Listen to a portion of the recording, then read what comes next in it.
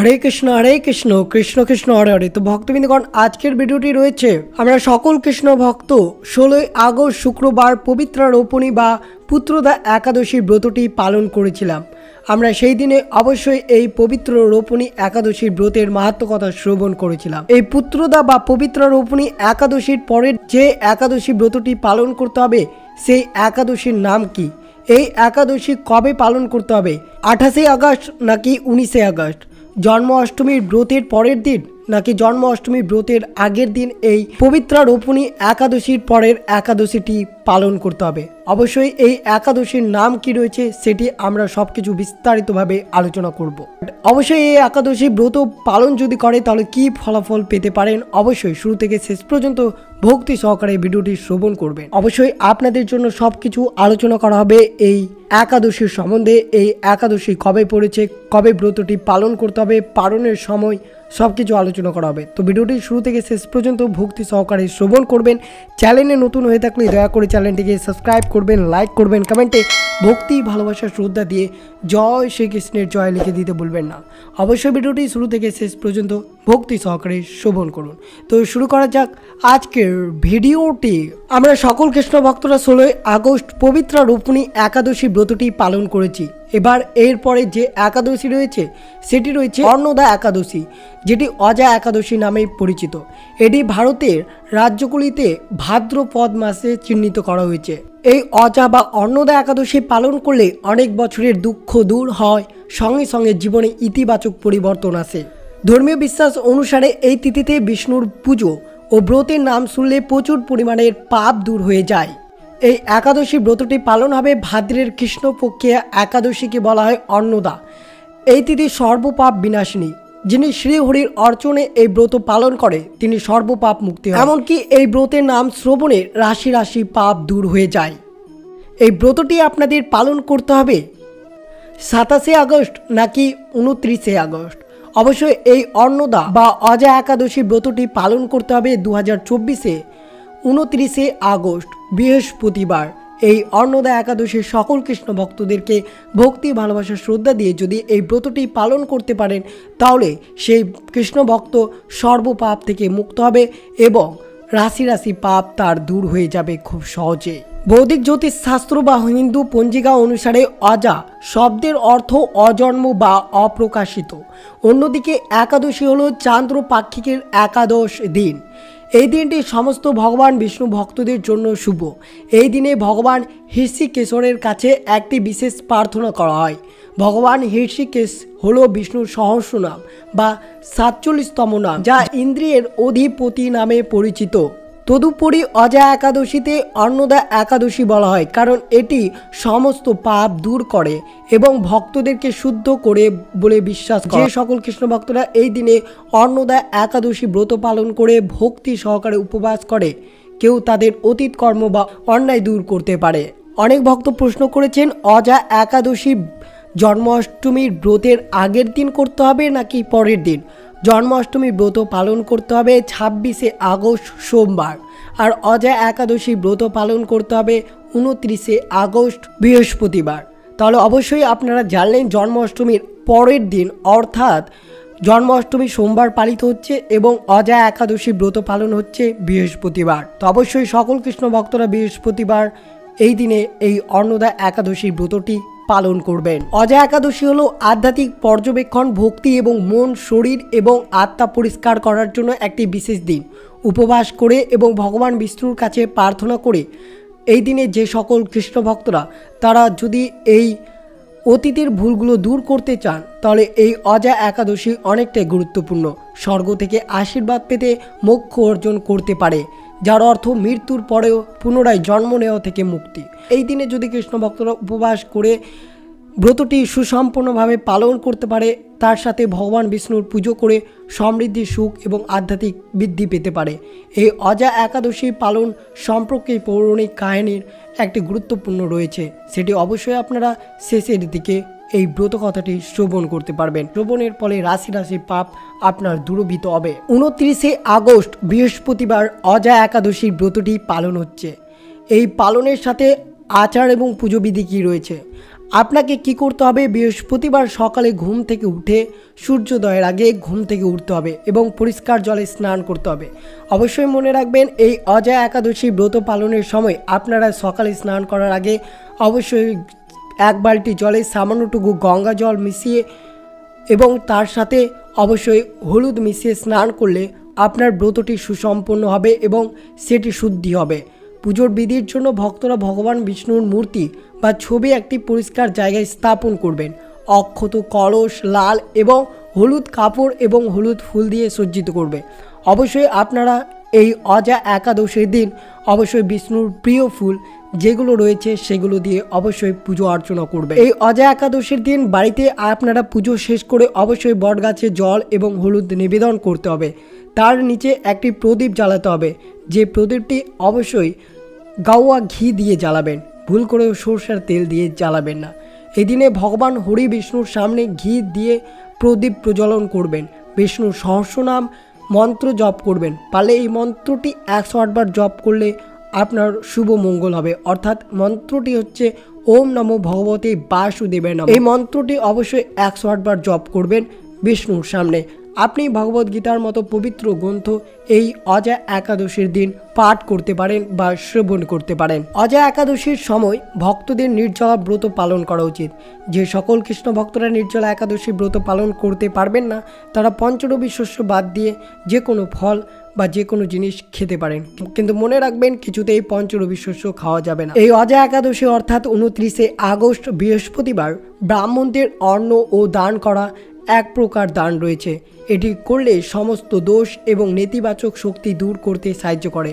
আপনি অবশ্যই দরিদ্রদের জামা কাপড়, খাদ্য এবং প্রয়োজনীয় জিনিসগুলো অবশ্যই পারণের দিন দান করবেন। কারণ এই অজয় একাদশীর দিন আপনি যেহেতু এই দিনে খাদ্য অর্থাৎ পঞ্চরবি শস্য ত্যাগ করে রয়েছেন, যদি অন্যকে এই দিনে ভোজন করান বা কোনো খাদ্য অর্থাৎ পঞ্চরবি শস্য যদি দান করে খাওয়ান, তাহলে সেটাই আপনার পক্ষে পাপ হয়ে যাবে। তা অবশ্যই আপনারা যদি খাদ্য সমগ্র জিনিস দান করতে চান, তাহলে পারণের দিন দান করতে পারে। আপনাদের পালন করতে হবে 30শে আগস্ট শুক্রবার। মনে করা হয় এই বিশেষ দিনে ভাত খাওয়া এড়িয়ে চলতে হবে, কারণ এটি অশুভ এবং মনে করা হয় স্বতন্ত্র গুণ নষ্ট করে বলে বিশ্বাস করা হয়। এই একাদশীর দিনে পঞ্চরবি শস্যতে 4 রকমের পাপ বিরাজ করে, তাই অবশ্যই আপনারা এই দিনে পঞ্চরবি শস্য থেকে বিরত থাকবেন, নইলে অজান্তে এই পাপগুলো আপনারা করিয়ে ফেলছেন, অর্থাৎ খাবারের মাধ্যমে। যে সকল কৃষ্ণ ভক্তরা অজয় একাদশী উপবাস ব্রতটি পালন করবেন, তারা জানবেন এই অজয় একাদশীর উপবাসের ব্রতের ফলে কি লাভ হয়। এই অজয় একাদশীর দিন নির্জলা ব্রত পালন করলে ভক্তরা মৃত্যুর পরে ভগবান বিষ্ণুর আবাসে বৈকুণ্ঠে পৌঁছাতে পারেন। অবশ্যই যদি আপনারা এই অজয় একাদশী ব্রতটি পালন করেন, তাহলে আপনাদের অতীতের সমস্ত পাপ এবং কর্ম দূর করতে সাহায্য করবে। এটি অন্যায় এবং অমরত্বের বোঝা থেকে নিজেদেরকে মুক্তি দেবে। উপবাসে পচনতন্ত্রকে শিথিল করে, যা শরীরকে সঞ্চিত অমধ্যকে পরিষ্কার এবং অপসারণ করতে দেয়। এটি সামগ্রিক স্বাস্থ্য এবং মঙ্গল উন্নতি করে। অজয় একাদশীর সময় দলগত প্রার্থনা, কীর্তন এবং মন্দিরের অনুষ্ঠান অংশগ্রহণে ভক্তদের শান্তি ও প্রশান্তির বোধ বিকাশে সাহায্য করে। অজয় একাদশী হল কৃষ্ণপক্ষের ভাদ্র মাসের আগস্ট মাসে পালিত একাদশীর মধ্যে একটি। অজয় একাদশীর 2টি নামে পরিচিত, একটি কামিকা একাদশী এবং অন্নদা একাদশী। যাই হোক, অজয় একাদশী একটি জনপ্রিয় নাম যা লোকেরা সাধারণত যুক্ত করে। অজয় একাদশী হিন্দুদের মধ্যে জনপ্রিয় একটি শুভ ধর্মীয় পালন। এটি বিশ্বাস করা হয় যে এই দিনে আচার অনুষ্ঠান এবং উপবাস করা অতীতের সমস্ত পাপ দূর করতে পারে এবং মোক্ষ বা মুক্তি পেতে সাহায্য করে। অজয় একাদশীর সম্মানে আপনাকে ব্রতটি পালন করতে হবে। ভক্তরা ভজন জপ করে ভগবান বিষ্ণুর কাছে উপবাস করে এবং প্রার্থনা করে। তাদের এই অজয় একাদশীর দিন শস্য খাওয়া এড়িয়ে চলতে হবে, দাতব্য অনুশীলন করতে হবে। দিনটি প্রার্থনা, ধ্যান এবং পবিত্র গ্রন্থ পড়ার জন্য উৎসর্গিত একটি দিন রয়েছে, যা আপনি এই দিনে ধর্মীয় গ্রন্থ বা পবিত্র বা শ্রীমদ্ ভগবদ্গীতা পড়তে পারেন, তাহলে অনেক লাভ, অনেক উপকারিতা পাবেন আপনি আপনার জীবনে এবং সর্বদাই শ্রীকৃষ্ণের আশীর্বাদ বর্ষিত হবে আপনার এই অজয় একাদশীর দিনে। আপনাকে সুখ ও সমৃদ্ধিতে পূর্ণ হবে। এই অন্নদা বা অজয় একাদশীর দিন আমাদের ভক্তি ভালোবাসা সর্বদাই শ্রীকৃষ্ণকে খুশি করানোর মাধ্যমে থাকতে হবে। আমাদের সমস্ত দুর্ভাগ্য থেকে মুক্ত দিতে পারেন তিনি। ভগবান যদি বিভীষণকে না চাইতেও সোনার প্রসাদে রাজা বানাতে পারেন, তবে তিনি আমাদেরকে তার পায়ের কাছে স্থান দিতে পারেন। তাহলে সেই প্রভু যদি আমাদের কথা শোনেন বা সেই প্রভুর কাছে প্রার্থনা করেন, তাহলে আমরা তার কাছে কি চাইব? আমাদের তার কাছে অগাধ ভক্তি চাওয়া উচিত, যার দ্বারা আমরা এবং আমাদের সমগ্র পরিবারের নিশ্চিতভাবে তার আশীর্বাদ লাভ করতে পারি। তো অবশ্যই আমরা এই অন্নদা বা অজয় একাদশীর মাধ্যমে ভগবান শ্রীকৃষ্ণের কাছে অগাধ ভক্তি চাওয়ার প্রার্থনা করতে পারি এবং এই একাদশী উপবাস করি, যতটা পারি ভগবানের নাম জপ করি, ভগবানকে স্মরণ করি এবং তাকে খুশি করার চেষ্টাই হচ্ছে মূল লক্ষ্য। মনে রাখতে হবে যে সকল কৃষ্ণ ভক্তরা নতুন একাদশী ব্রত পালন করবেন, তারা সর্বদা মনে রাখতে হবে একাদশীর ব্রত পালনের প্রকৃত উদ্দেশ্য কেবল উপবাস করা নয়। এই যে আমরা উপবাস থেকে গেলাম, হয়ে গেল একাদশী ব্রত পালন করা, সেটা কিন্তু একবারে নয়। মনে রাখতে হবে এই একাদশী ব্রত পালনের সাথে সাথে শ্রী ভগবানের নাম স্মরণ মনন শ্রবণ কীর্তনের মাধ্যমে একাদশীর দিন আপনাকে অতিবাহিত করতে হবে। এই দিনে যতটুকু সম্ভব উচিত একাদশী পালনে পরনিন্দা, পরচর্চা, মিথ্যা ভাষণ, ক্রোধ, দুরাচার, স্ত্রী সহবাস সম্পূর্ণরূপে বিরাজ করতে হবে, অর্থাৎ সম্পূর্ণরূপে এইসব কাজগুলোকে বাদ দিতে হবে। একাদশী ব্রতের আগের দিন রাত 12টার আগেই অন্নভোজন সম্পূর্ণ করে নিতে হবে এবং ঘুমানোর আগে দাঁত ব্রাশ করে নিতে হবে। একাদশী চলমান একাদশীর মাহাত্ম্য ভগবততমের শ্রীমুখ হতে শ্রবণ করতে হবে, অথবা সম্ভব না হলে নিজেই ভক্তি সহকারে এই একাদশীর ব্রতের মাহাত্ম্য কথা এবং শ্রীমদ্ ভগবদ গীতা শ্রবণ করবেন। একাদশীতে মনে রাখবেন কোনো ধরনের ক্ষৌর কর্ম, দাড়ি, গোপ কাটা, চুল কাটা, নখ কাটা ইত্যাদি বাদ দিতে হবে। তো অবশ্যই আজকের দিনে আপনারা ভক্তি, ভালোবাসা, শ্রদ্ধা দিয়ে শ্রবণ করবেন অজয় একাদশীর ব্রত কথা। ব্রহ্ম বৈবর্ত পুরাণের মতে ভাদ্রবতী কৃষ্ণপক্ষিয়া তথা ভাদ্র মাসের কৃষ্ণপক্ষের একাদশী তিথিকে বলা হয় অজা বা অন্নদা একাদশী। এখানে এই একাদশীর ব্রতের মাহাত্ম্য বর্ণনা করা হয়েছে। পাণ্ডব শ্রেষ্ঠ সম্রাট যুধিষ্ঠির বললেন, হে শ্রীকৃষ্ণ, ভাদ্র মাসের কৃষ্ণপক্ষের একাদশীর নাম কি? এই একাদশীর ব্রতের মাহাত্ম্য কি এবং এর কি ফল তা শুনতে আমি অত্যন্ত আগ্রহী। অনুগ্রহ করে আমাকে এই জ্ঞান প্রদান বাধিত করবেন। শ্রীকৃষ্ণ বললেন, হে রাজন, হে পাণ্ডব শ্রেষ্ঠ, আমি সবিস্তারে ভাদ্রবতী কৃষ্ণপক্ষে একাদশীর কথা বর্ণনা করছি, আপনি তা একাগ্র চিত্তে শ্রবণ করুন। ভাদ্রের কৃষ্ণপক্ষে একাদশীকে বলা হয় অন্নদা বা অজয় একাদশী। এই তিথি সর্বপাপ বিনাশিনী। যিনি শ্রীহরির অর্চনে এই ব্রত পালন করেন তিনি সর্বপাপ মুক্ত হন। এমনকি এই ব্রতের নাম শ্রবণে রাশি রাশি পাপ বিদূরিত হয়ে যায়। এই ব্রত প্রসঙ্গে একটি পৌরাণিক ইতিহাস রয়েছে। আপনারা জ্ঞান পিপাসা নিবারণের জন্য আমি সেই পৌরাণিক কাহিনীটি বর্ণনা করছি। এই ইতিহাস শ্রবণ করলে আপনি অজা বা অন্নদা একাদশীর গুরুত্ব ও মাহাত্ম্য আরও গভীরতাভাবে বুঝতে পারবেন। অতি প্রাচীনকালে কৌশল রাজ্যে রাজা হরিশ্চন্দ্র নামে একনিষ্ঠাপরায়ণ সত্যবাদী চক্রবর্তী রাজা ছিলেন। তিনি ছিলেন যেমন দাতা তেমনি ধার্মিক এবং সত্যবাদী। তার কাছে কোনো কিছু চেয়ে কেউ খালি হাতে ফিরতেন না। শীঘ্রই তার এমন দানের সখ্যাতি স্বর্গে মর্তে পাতালে ছড়িয়ে পড়ল। কিছুদিন পর স্বর্গের 5 জন অপ্সরা কোনো একটি ভুল করার জন্য দেবরাজ ইন্দ্র কৃতজ্ঞ অভিশাপগ্রস্ত হন। ইন্দ্রের অভিশাপ ছিল যে ওই 5 জন অপ্সরাকে মানবী হয়ে জন্মগ্রহণ করে ঋষি বিশ্বামিত্রের তপবনে কিছুকাল বাস করতে হবে। ফলে যা হওয়ায় তা হলো। অপ্সরাগণ মানবরূপী ঋষি বিশ্বামিত্রের আশ্রমে রয়ে গেলেন পরিচারিকা হিসেবে। একদিন তারা বিশ্বামিত্রের তপবনে পুষ্প চয়ন করতে গিয়ে অসাবধানবশত একটি পুষ্পবৃক্ষের শাখা ভেঙে ফেললেন। এই কাজের শাস্তি স্বরূপ ঋষি বিশ্বামিত্র তাদেরকে গাছের শাখায় বেঁধে রাখলেন। এইদিকে দৈবক্রমে কৌশল রাজ্য রাজা হরিশ্চন্দ্র সেই বনে মৃগায় করতে আসেন। এই সময় সেই তপবনের গাছের ডালে বাঁধা বালিকা রূপে অপ্সরাদের করুণ কান্নার আওয়াজ শুনে রাজা তাদের বন্ধন খুলে দিলেন। অপ্সরারা মুক্ত হয়ে যার পরনায় খুশি হয়ে স্বর্গে গমন করলেন। পরের দিন প্রাতকালে ঋষি বিশ্বামিত্র পুষ্প চয়ন করতে এসে গাছের শাখায় বাঁধা অপ্সরাদের দেখতে পেলেন না।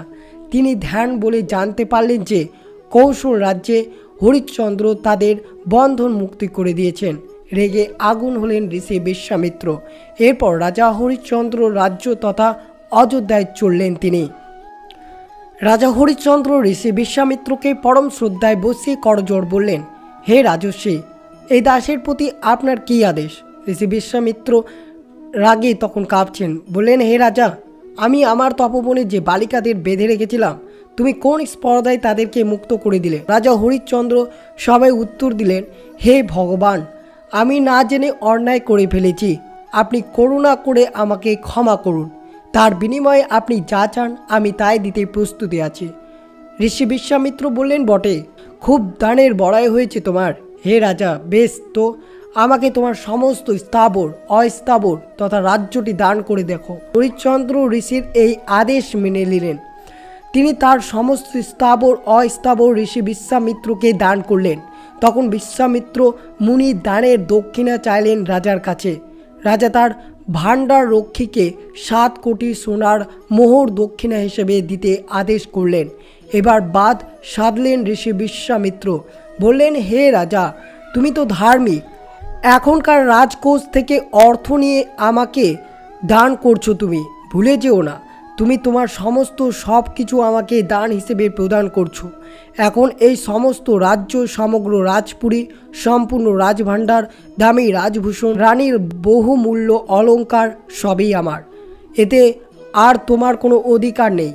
তাই অন্য কোথাও থেকে আমার দক্ষিণার ব্যবস্থা করো এবং এই মুহূর্তে তুমি তোমার রানী শৈবা, তোমার পুত্র রোহিতাশ্বকে নিয়ে আমার অধিকারকৃত এই রাজ্য থেকে প্রস্থান করো। রাজা হরিশ্চন্দ্র এবার নিজের ভুল বুঝতে পারলেন এবং যার পরায়ণ লজ্জিত হলেন। তিনি বিশ্বামিত্র মুনির কাছ থেকে 7 দিন অতিরিক্ত সময় চেয়ে নিলেন এবং রাজপাট ছেড়ে রানী ও পুত্রের সঙ্গে কাশী চলে গেলেন। সেখানে রানী শৈবাকে দাসী হিসেবে এবং রোহিতাশ্বকে কাঠুরিয়া হিসেবে এক ব্রাহ্মণের কাছে বিক্রি করলেন। এরপর তিনি নিজেকে এক শ্মশান চণ্ডালের দাস হিসেবে বিক্রয় করে দিলেন। এর থেকে যে অর্থের আগমন হলো তা দিয়ে তিনি ঋষি বিশ্বামিত্রের দক্ষিণার অর্থ জোগাড় করলেন। একদিন যিনি ছিলেন রাজ চক্রবর্তী, যে রাজার সুখের জন্য শত সহস্র দাস দাসী ব্যস্ত দিন কাটত, তিনি এখন একজন সামান্য শ্মশান চণ্ডালের দাস। শ্মশানে তিনি ডোমের কাজ করেন, শূকর প্রতিপালন করেন। অন্যদিকে শত শত দাসী যে রাজরানীর শৈবার সেবা করত, তিনি আজ দরিদ্র ব্রাহ্মণের কেনা দাসী। আজ রাজকুমারী রোহিতাশ্ব, তিনি ব্রাহ্মণদের পুজোর জন্য পুষ্প চয়ন করেন এবং কাঠ কাটেন। কিন্তু হাই, এর চেয়ে নিষ্ঠুর পরিস্থিতি এগিয়ে এলো রাজা হরিশ্চন্দ্রের পরিবারে। একদিন ব্রাহ্মণের পুষ্প কানেন পুষ্প চয়ন করার সময় রাজকুমার রোহিতাশ্বকে এক কাল সর্প দংশন করল। রাজকুমার ঢলে পড়ল মৃত্যুর হিমশীতল কোলে। রাবি শৈবা তার জগৎ অন্ধকার দেখলেন। যে পুত্রের মুখের দিকে তাকিয়ে তিনি ও রাজা হরিশ্চন্দ্র সমস্ত দুঃখ কষ্ট সহ্য করেছিলেন, সেই স্নেহের পুত্রটি আজও চলে গেল না ফেরার দেশে। রানী পুত্র শোকে বিলাপ করে কাঁদতে লাগলেন। কিন্তু মৃত পুত্রের সৎকার তো করতে হবে, কিন্তু সেখানে নেই তার কোনো আত্মীয় স্বজন। কে করবে দুঃখিনী মায়ের দুলালের শেষ? তাই নিজের নারী ছেঁড়া ধন কোলে নিয়ে চললেন শ্মশান ঘাটে। এইদিকে প্রকৃত সেদিন যুদ্ধাংদেহী ভঙ্গিতে সেজেছে। চারদিকে ঘোর অন্ধকার ও ভয়ানক দুর্যোগ। ঘাটের কড়ি আদায় করার জন্য রাজা হরিশ্চন্দ্র শ্মশানে দাঁড়িয়ে তার দায়িত্ব পালন করছিলেন। এই সময় রানী শৈবা তার মৃত পুত্র নিয়ে ঠিক সেই শ্মশানে উপস্থিত হলেন। তাদেরকে চিনতে না পেরে রাজা হরিশ্চন্দ্র বললেন, যদি তিনি ঘাটের কড়ি না পান তাহলে তিনি সব দাহ করতে পারবেন না। রানী শৈবা আর কি করবেন? তিনি নিজেও অপরের কেনাদাসী, ঘাটের কড়ি পাবেন কোথায়? মনের দুঃখে তিনি সেই শ্মশানে বসে রাজা হরিশ্চন্দ্রের নাম ধরে অঝরে কাঁদতে লাগলেন। এই সময় দৈব ইঙ্গিত একবার বিদ্যুৎ চমকালো। সেই বিদ্যুতের আলোতে রাজা হরিশ্চন্দ্র তার রানী শৈবা ও তার মৃত পুত্র রোহিতাশ্বকে চিনতে পেরে ডুকরে কেঁদে উঠলেন। রানী শৈবা ও ডোমের পোশাকে দায়িত্বরত রাজা হরিশ্চন্দ্রকে চিনতে পেরে তার পায়ে লুটিয়ে পড়লেন। তারপর দুইজনে মিলে এইভাবে অনেকক্ষণ কাঁদলেন তারা। পরে পুত্রের জন্য চিতা প্রস্তুতি করেও নিজেরাও ওই চিতায় আত্মহত্যা দেওয়ার সিদ্ধান্ত নিলেন। এমন সময় স্বয়ং ঋষি বিশ্বামিত্র প্রকট হয়ে বললেন, হে রাজন, ধর্ম ও সত্যের প্রতি আপনার এই অনুরাগ শুধু আমি না, স্বয়ং দেবতারাও তুষ্ট হয়েছেন। আপনি প্রকৃতই ধার্মিক, দানবীর ও সত্যবাদী। এই দেখুন, আপনার পুত্র বেঁচে উঠেছে। এই বলে রাজকুমার রোহিতাশ্বের গায়ে হাত বোলাতেই তিনি বেঁচে উঠলেন। ঋষি বিশ্বামিত্র বলে চললেন, হে রাজন, ভাদ্র মাসে কৃষ্ণের পক্ষের একাদশী অজা নামে জগতে প্রসিদ্ধ। আপনি এই ব্রত পালন করুন। এই ব্রতের প্রভাবে আপনার সমস্ত পাপের দুঃখের বিনাশ হবে। আপনার ভাগ্যবশত আগামী 7 দিন পর এই তিথির আবির্ভাব হবে। এই দিন উপবাস থেকে রাত্রি জাগরণ করবেন। এইভাবে ব্রত উদযাপনের আপনার সমস্ত পাপ ক্ষয় হবে এবং আপনার হারানো সুদিন ফিরে আসবে। ঋষিবরের উপদেশ মতো তিনি শ্রদ্ধা সহকারে এই ব্রত পালন করলেন। তার ফলে তার সমস্ত পাপ দূর হলো। আকাশ থেকে দেবগণ দুন্দুবি বাদ্য ও পুষ্প বর্ষণ করতে লাগলেন। এরপর কিছুদিন নিকষ্ট রাজ্য সুখ ভোগ করে অবশেষে আত্মীয় স্বজন ও নগরবাসী সহ স্বর্গে গমন করলেন তিনি। যে মানুষ নিষ্ঠা সহকারে এই ব্রত পালন করেন তিনি শ্রীহরির চরণে ভক্তি লাভ করে অবশেষে দিব্য ধামে গমন করেন। অন্নদা একাদশীর ব্রতের মাহাত্ম্য পাঠ শ্রবণে অশ্বমেধ যজ্ঞের ফল লাভ হয়। তো অবশ্যই 29শে আগস্ট বৃহস্পতিবার এই অন্নদা একাদশী ব্রতটি পালন করুন এবং অন্যদেরকে উৎসাহিত করুন। তো এই ছিল ভিডিওটি ভালো লাগলো অবশ্যই চ্যানেলটিকে সাবস্ক্রাইব করবেন, লাইক করবেন, কমেন্টে ভক্তি ভালোবাসা শ্রদ্ধা দিয়ে জয় শ্রীকৃষ্ণের জয় লিখে দিতে ভুলবেন না। এবং ভিডিওটি আপনার আত্মীয় ভক্ত বা বন্ধুদের সাথে যারা একাদশী ব্রত পালন করে তাদের সাথে শেয়ার করে দিবেন। সুস্থ থাকবেন, সতর্ক থাকবেন। জয় শ্রীকৃষ্ণ, রাধে রাধে।